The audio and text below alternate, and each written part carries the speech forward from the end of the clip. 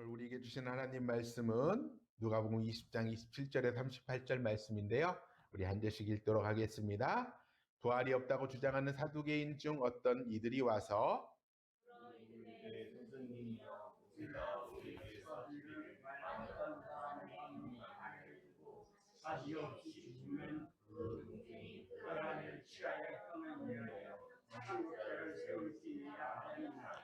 그런데 7형제가 있었는데 마지가 아내를 취하였다가 자식이 없이 죽고 일곱이 다 그와 같이 자식이 없이 죽고 일곱이 다 그의 아내로 취하였으니 부활 때에 그 중에 누구의 아내가 되리이까?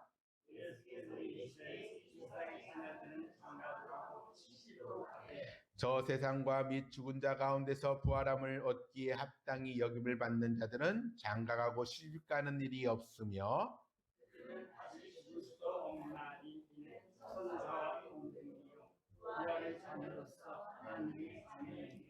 죽은 자가 살아난다는 것은 모세도 가시나무 떨기에 관한 글에서 주를 아브라함의 하나님이요 이삭의 하나님이요 야곱의 하나님이라 칭하였나니 하나님은 죽은 자의 하나님이 아니요 살아있는 자의 하나님이시라 하나님에게는 모든 사람이 살았느니라 하시니 아멘. 할렐루야. 예, 오늘 우리가 읽은 본문의 말씀을 가지고 부활의 자녀로서 하나님의 자녀라고 하는 제목으로 좀 말씀을 나누려고 합니다. 오늘 본문은 좀 절기적으로 안 맞는 것 같은 부활에 대한 이야기입니다. 부활의 이야기를 하면서 오늘 본문은 사두개인들이 등장을 하죠. 사두개인들은 유대의 한 지파이긴 하지만 그들의 주장은 부활이 없다라고 하는 주장을 하고 있습니다. 자신들의 주장을 가지고 예수님을 시험하기 위해서 오늘 이러한 상황을 만들어서 질문하고 있는 거죠. 그 내용은 이렇습니다. 7형제가 있는데 첫째가 장가를 들었습니다. 아내를 맞이했는데 후손을 보지 못하고 맞이가 죽었습니다. 이스라엘에는 그 맞이의 이름이 영원히 사라지는 것을 막기 위해서 그 바로 밑에 동생이 대신 그 형수에게 들어가서 형의 대를 이어주는 그러한 풍습이 있습니다. 이것을 가리켜서 계대결혼법이라고 이야기를 합니다. 그 풍습에 따라서 둘째가 들어가서 형의 대를 이어주려고 했는데 둘째도 형의 대도 잊지 못하고 자기의 대도 잊지 못하고 죽어버렸습니다. 이렇게 셋째부터 7째까지 7명이 모두 죽었는데 후손은 없이 다 죽게 되었습니다. 그리고 나중에 이 여인도 죽게 되었죠. 이런 상황 가운데 당신 예수가 말하는 부활이 있다면 그 부활의 때에 이 여인은 도대체 누구의 아내입니까? 라고 하는 질문을 하고 있는 거죠.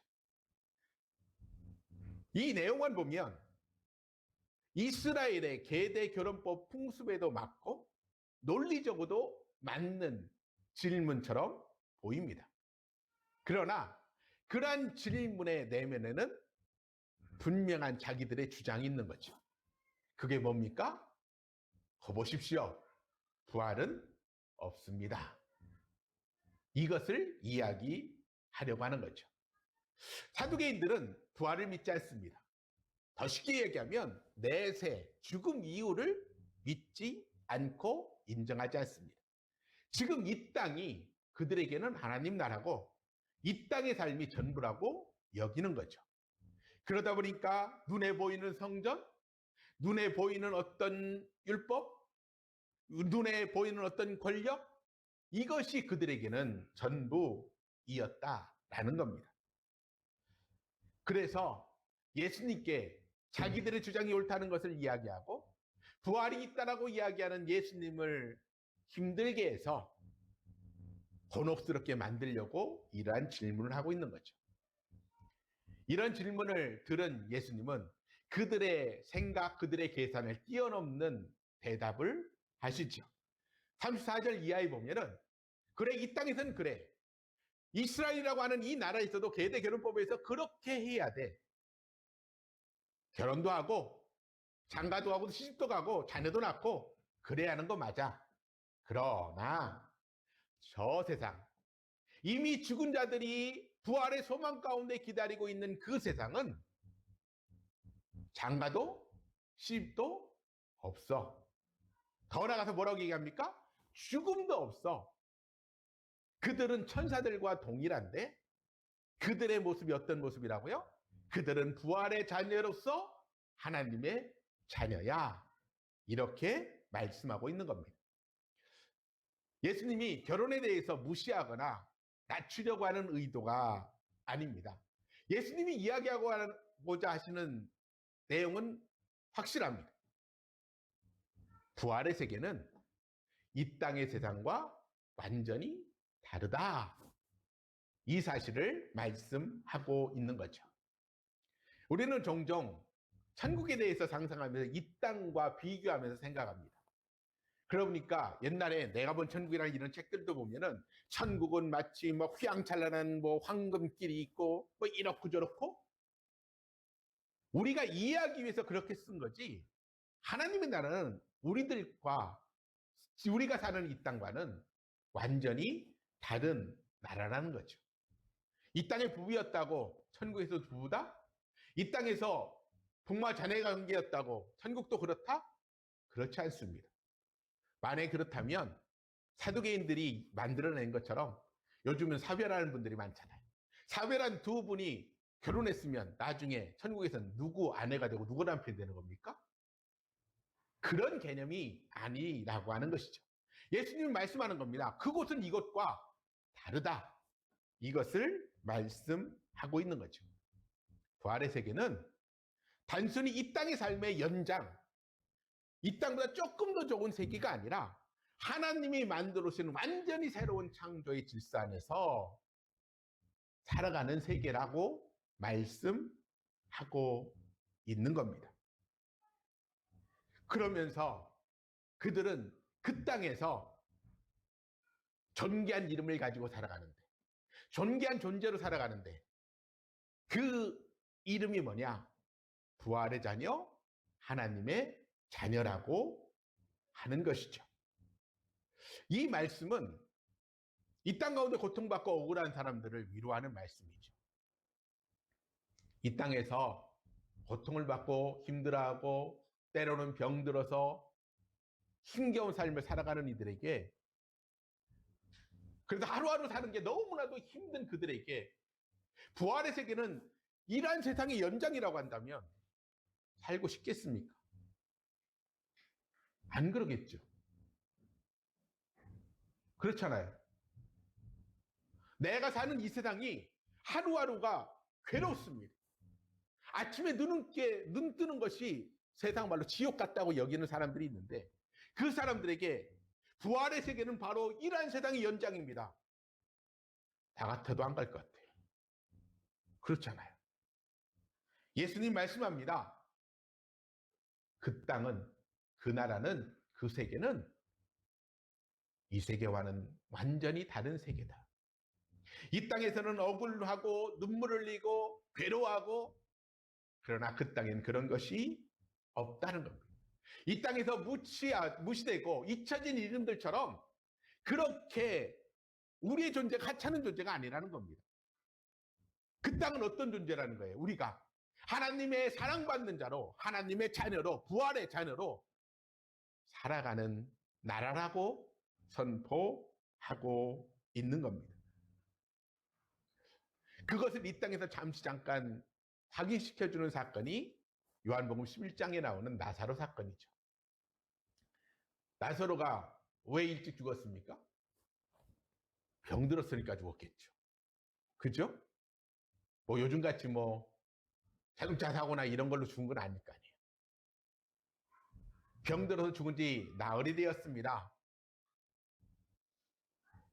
시체에선 냄새가 나죠. 그 무덤 앞에서 예수님은 눈물을 흘리면서 나사로에게 명령하지요. 사랑하는 나사로야, 나오라. 그랬더니 죽은 나사로가 살아 걸어 나왔습니다. 우리는 이 사건을 단순히 예수님의 이 놀라운 이적을 보여주는 사건 정도로 여길 수 있는데 그렇지 않습니다. 예수님이 나사로를 살리면서 뭐라고 말씀하셨습니까? 나는 부활이요 생명이다. 물론 나를 믿는 자는 죽어도 살겠고 살아서 나를 믿는 자는 영원히 죽지 아니하리라. 말씀하셨습니다. 그 말씀을 보여주는 증거로 보여주는 사건이 뭐예요? 나사로의 사건이라고 하는 사실입니다. 죽음은 우리는 끝이라고 여기는 사람들이 많아요. 그래서 세상의 장례식장 가보면 뭐라고 얘기합니까? 영결식이라고 이야기합니다. 영결식이 뭐죠? 영원한 이별의 시간이다 라고 이야기하는 의미입니다. 그런데 우리는 뭐라고 얘기하죠? 환송식이라고 이야기합니다. 이것이 바로 차이인 것이죠. 죽은 나사로를 살리시는 이 사건을 통해서 예수님은 죽음이 끝이 아니다. 그리고 끝이라고 여기는 그 순간에 그 생명을 주관하시는 분이 하나님이신데 그분이 다시 생명을 일으키시는 분이다라는 것을 확인시켜주고 있는 사건이라는 겁니다. 이례적인 사건, 그 시대에 있었던 사건이 아니라 지금도 우리에게 하나님은 살아 역사하시고 우리에게 생명을 주시는 분이라는 것을 보여주는 사건이 바로 나사로 사건입니다. 사두개인들은 나름대로 성경적으로 능통한 자들이었죠. 그런데 그들이 인정하는 성경은 모세오경입니다. 도라라고 이야기하죠. 모세오경은 모세의 이야기 중심입니다. 그리고 모세의 권위를 인정하는 책이죠. 그들이 이야기합니다. 그들이 주장하는 게 뭐예요? 우리가 모세오경 토라를 열심히 연구했는데 그 안에 말씀을 보니까 결론은 뭐예요? 부활이 없다. 결론 내렸다는 겁니다. 그래서 주장하는 거죠. 그러나 예수님은 그들이 그렇게 존경하는, 그들이 그렇게 권위를 인정하는 모세의 이야기를 통해서 반박하십니다. 오늘 본문 37절에 보면은 뭐라고 얘기합니까? 이야기 내용은 간단해요. 너희가 그렇게 존경하는 모세가 가시떨기 나무 아래서 하나님을 만나는데 그 하나님에 대해서 어떻게 고백하고 있느냐? 뭐라고 고백한다는 얘기예요? 그분은 아브라함의 하나님, 이삭의 하나님, 야곱의 하나님이십니다. 이렇게 고백하는 내용이 도라에 기록되어 있습니다. 예수님이 말씀합니다. 만약에 아브라함과 이삭과 야곱이 완전히 죽었다면 성경에 기록된 이 사실이 거짓이 되는 겁니다. 아브라함과 이삭과 야곱이 죽어서 완전히 사라졌다면 하나님은 그들의 하나님이 될 수 없습니다. 왜? 아브라함은 죽은 자의 하나님이 아니라 살아있는 자의 하나님이시기 때문에 그렇습니다. 모세가 이런 고백을 하고 예수님이 이 말씀을 다시 인용하시는 이유가 뭐예요? 너희들이 이야기하는, 너희들이 그렇게 고백하는 모세도 그 이전에 아브라함과 이삭과 야곱도 하나님 안에서 죽어 있는 자가 아니라 살아있는 자다 선포하고 있는 내용입니다. 왜? 너희가 아빠 아버지라고 부르는 그 하나님은 죽은 자의 하나님, 살아 없어진 자의 하나님이 아니라 지금도 살아있는 자들의 하나님이시기 때문에 모세가 이 이야기를 할 때 아브라함, 이삭, 야곱은 세상적으로 이야기하면 죽은 존재죠. 이미 장래되어서 땅속에 묻혀있는 그러한 존재들입니다. 그런데 모세가 뭐라고 고백합니까? 하나님은 아브라함의 하나님이라고 이야기합니다. 이삭의 하나님이라고 이야기하고 야곱의 하나님이라고 이야기합니다. 이 고백 안에 바로 부활의 증거가 있다 말씀하고 있는 겁니다. 우리의 인생이 죽음이라고 하는 과정을 통해서 우리가 끝나게 되면 우리가 완전히 모든 것이 마무리되는 것이 아니라는 것이죠. 하나님의 사랑은, 하나님의 약속은 그 상황을, 그 과정을 뛰어넘어 역사하시는 겁니다. 우리가 육신은 흙으로 돌아가고 사라진다 할지라도 요즘은 흙으로 안 돌아가고 그 전에 이미 뭐 다 화장돼 가지고 재가 돼버리잖아요. 그런다고 해서 끝나는 게 아니라는 겁니다. 하나님의 은혜, 하나님의 약속, 하나님의 주권, 하나님의 다스림 안에서, 하나님의 역사 안에서 여전히 그들은 살아있는 자다 선포하고 있는 겁니다. 부활은 추상적인 단어가 아닙니다. 부활은 신화의 내용도 아닙니다. 상상으로 만들어낸 단어도 아니고 하나님의 존재 방식, 영원이라고 하는 그 존재 방식 안에서 우리에게 말씀하고 확인시켜 주시는 진리라고 하는 것이죠. 사람들은 죽음을 두려워합니다. 물론 저도 두려워합니다. 난 죽음에 두렵지 않다. 거짓말입니다. 다 두려워합니다. 두려워하지만 그것을 어떻게 받아들이느냐라고 하는 차이가 있을 뿐입니다. 우리가 그 자리에 가진 않았지만 우리는 주변에서 그러한 상황들을 너무나도 많이 만났죠. 사랑하는 사람들을 먼저 보내기도 하고 이해할 수 없는 어떤 죽음을 만나기도 합니다. 그러면서 안타까워하고 허무하게 느끼기도 하죠. 그렇게 힘들어하는 우리들에게 예수님은 오늘 또 우리에게 분명히 말씀합니다. 하나님은 살아있는 자들의 하나님이시라고.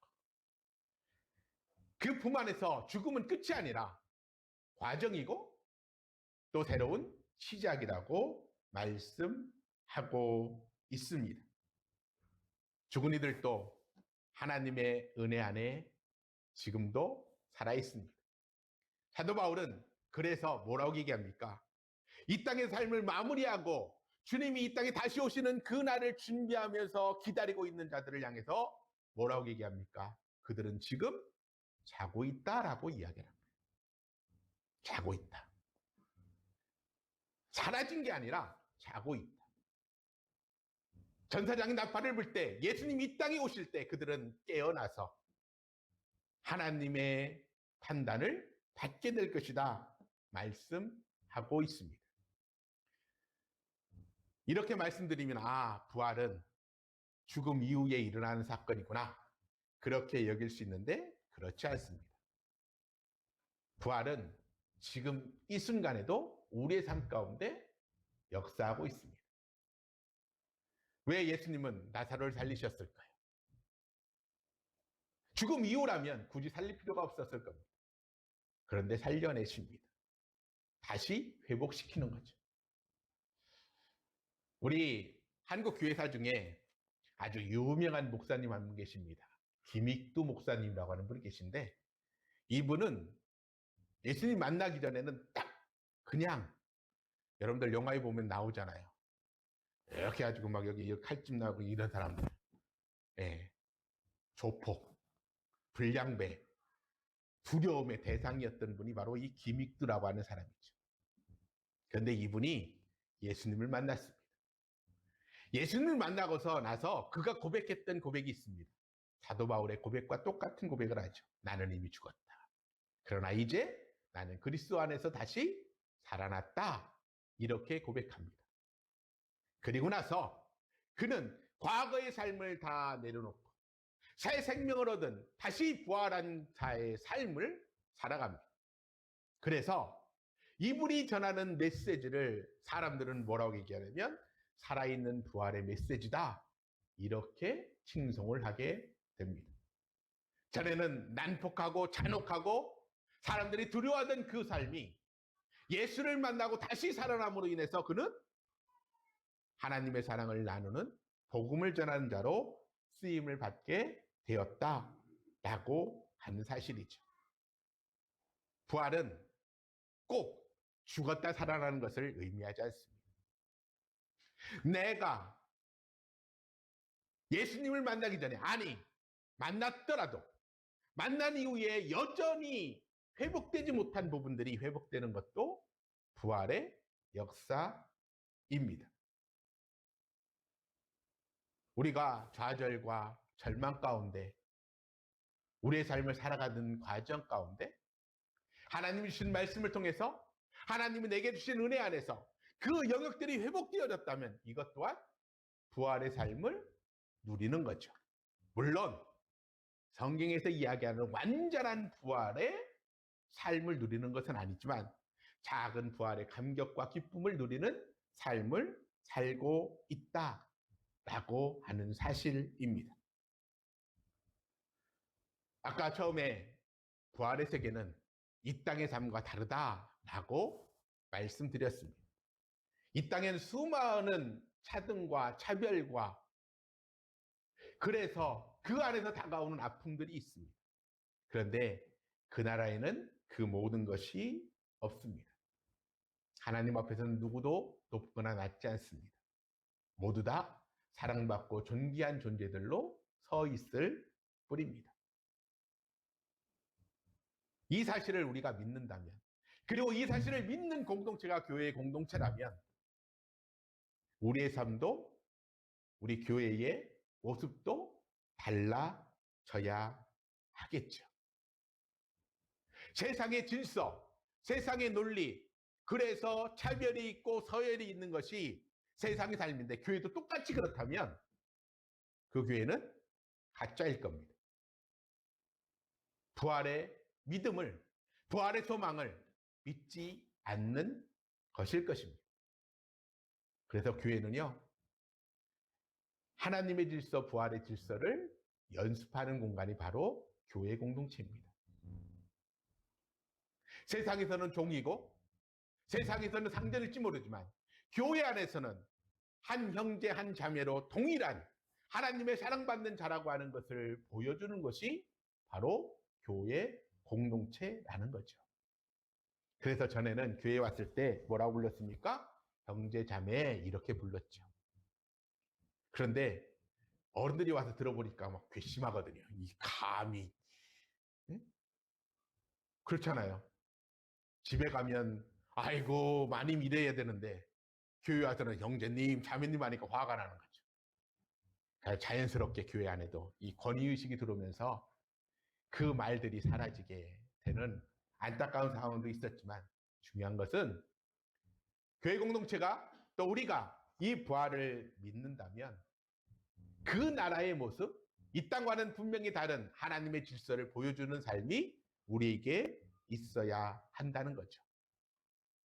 경쟁하고 깎아내리고 시기하고 이런 것들보다는 용서하고 인정하고 나누고 이러한 모습이 교회 공동체 안에 있어야 된다는 겁니다.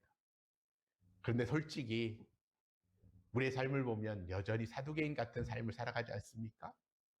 부활이 없는 것처럼 눈에 보이는 것만, 손에 잡히는 것만 추구하며 살아가는 우리의 모습을 보게 됩니다. 우리는 부활의 기쁨을 누리며 살아가는 자가 되어야 합니다.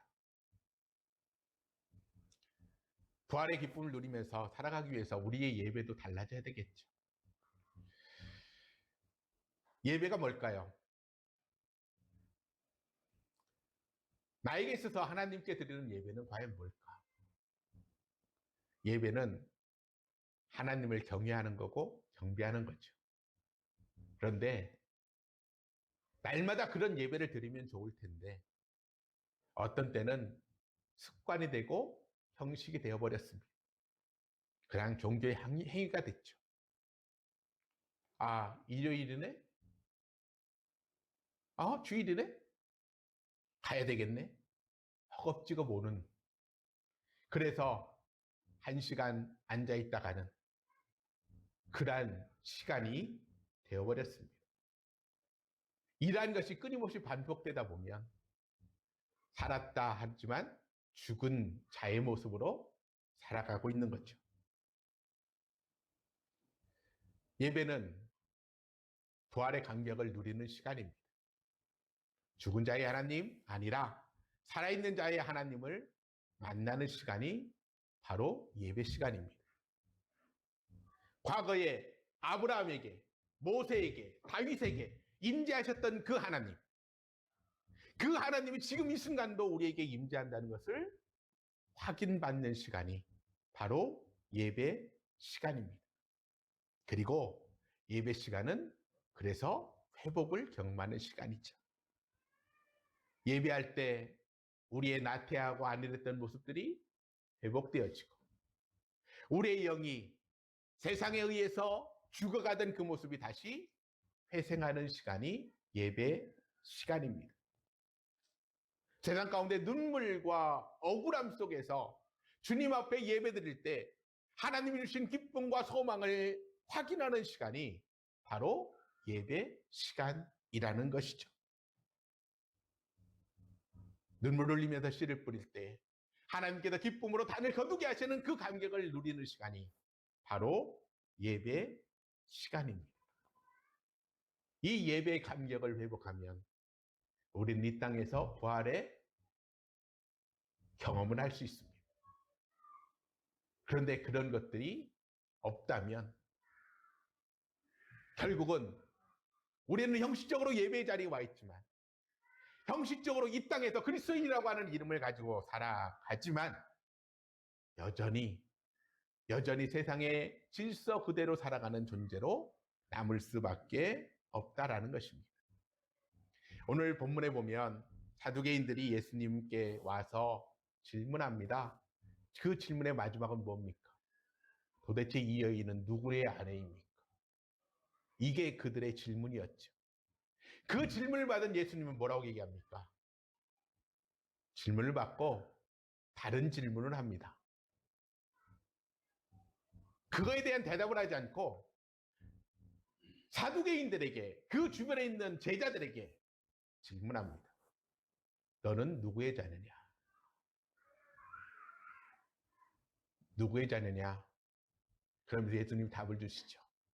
너희는 부활의 자녀, 하나님의 자녀라. 우리는 이 땅에서 수많은 이름들을 가지고 살아갑니다. 이름 석자, 뭐 두자인 분도 있고 네자인 분도 있지만 각자의 이름을 가지고 살아갑니다. 그 이름 말고 또 다른 이름을 가지고 살아가죠. 삶의 자리에서 부모라고 하는 이름을 가지고 살기도 하고요. 자녀라고 하는 이름을 갖기도 살기도 하고 아내나 남편이라는 이름을 가지고 살기도 합니다. 직장에서는 어떤 직분에 맞는 이름을 가지고 살아갑니다. 더 나아가서는 각자의 삶에 대한 평가를 받으면서 살아갑니다. 저 사람은 성공한 사람이라고 하는 이름을 가지고 살아가기도 하고요. 어떤 사람은 실패자라고 하는 이름을 가지고 살아갑니다. 각자 다 다른 다양한 이름을 가지고 살아가죠. 그러나 예수님은 우리에게 말씀합니다. 그 모든 이름 위에, 그 모든 이름보다 더 우선되는 한 가지 이름이 있다. 그 이름이 뭐냐? 너희는 하나님의 자녀다 라고 말씀하는 겁니다. 그 하나님의 자녀를 뭐라고 수식합니까? 부활의 자녀라고 설명을 해주고 있습니다. 우리는 오늘 또 불안하고 두려운 삶을 살아갑니다. 하루하루 아침에 걱정과 염려 가운데 시작하고 하루를 또 마무리할 때 이런 걱정 저런 걱정 가지면서 우리의 인생을 살아갑니다. 그렇게 살아가는 우리에게 오늘 예수님은 말씀합니다.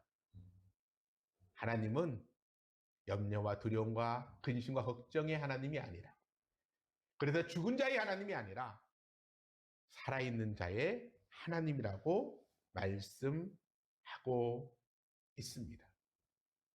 세상은 우리를 여러 가지로 평가할지 모르지만 하나님 앞에서 우리는 여전히 존귀한 자고 하나님 앞에서 우리는 영원히 기억된 자로 지금도 서 있습니다. 그러므로 예수님은 이 시간 우리에게 말씀합니다. 담대히 살아가라고. 하나님의 자녀로, 부활의 자녀로 살아가라고 지금도 우리에게 말씀하고 있습니다. 여러분들은 지금 어떤 모습으로 서 계십니까? 여러분은 하나님 앞에서 나는 누구라고 고백하고 있습니까? 내 현실을 보면서, 눈에 보이는 상황을 보면서 여전히 나는 실패자라고, 절망과 염려와 두려움과 근심 가운데 지금도 앉아 계십니까? 하나님은 오늘 말씀을 통해 분명히 말합니다. 아니다. 아니다. 너희는 내 자녀라. 너희는 부활의 자녀라. 다시 회복과 치유와 살아계신 하나님을 만나는 존귀한 존재라고 지금도 말씀을 해주고 있습니다. 그 사실을 여러분들 잊지 마시길 바랍니다. 하나님이 영원히 여러분들을 기억하십니다. 하나님은 영원히 여러분과 맺은 그 약속을 잊지 않고 이어가십니다. 그래서 요한을 통해서 분명히 말씀하셨잖아요. 믿는 자에게는 사망에서 생명으로 옮겨졌다라고. 우리는 지금도 부활의 삶을 살아갑니다. 부활의 자녀로서 부활의 감격을 누리며 살아가는 하나님의 자녀들입니다. 이 사실을 날마다, 매일, 매 순간마다 고백하면서 승리하는 우리 모두가 될 수 있기를 간절히 소망합니다.